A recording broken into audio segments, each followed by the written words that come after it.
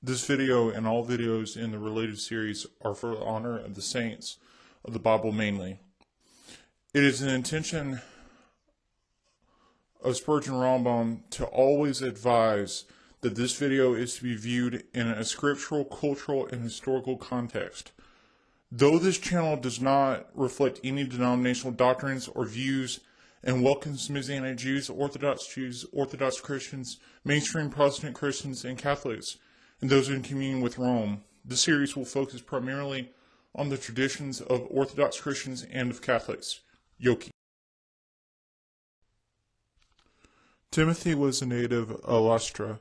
His Jewish mother, Eunice, and his Jewish mother, Lois, are mentioned as eminent for their piety, while his father was Greek. Timothy is said to have been acquainted with the scriptures since childhood.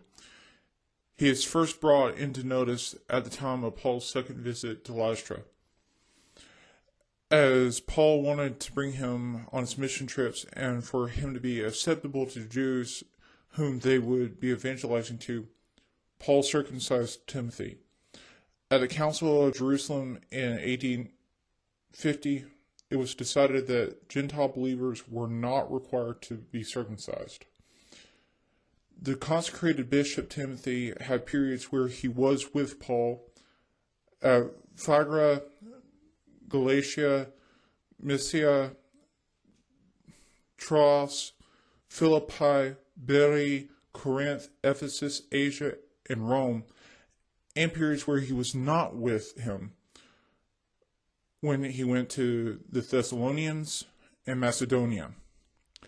During Paul's second imprisonment, he wrote to Timothy asking him to rejoin him as soon as possible and to bring with him certain things which he had left behind at one of his mission points, those items being his cloak and parchments. According to tradition, Timothy tried to halt a pagan procession of idols, possibly of the false goddess Diana. As his preaching the gospel and stopping the crowd from their false worship did not sit well with them, the angry pagans beat him, dragged him through the streets, and stoned him to death in Ephesus on January 24th.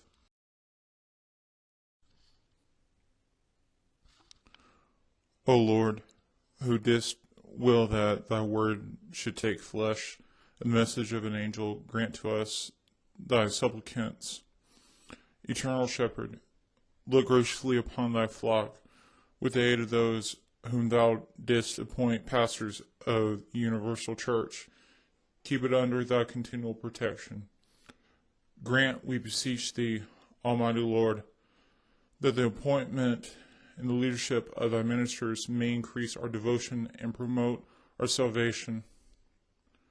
In other words, we humbly ask that you allow the ministers that you have called to help us grow our devotion to you and help us to promote salvation for others by leading them to your Son. Amen.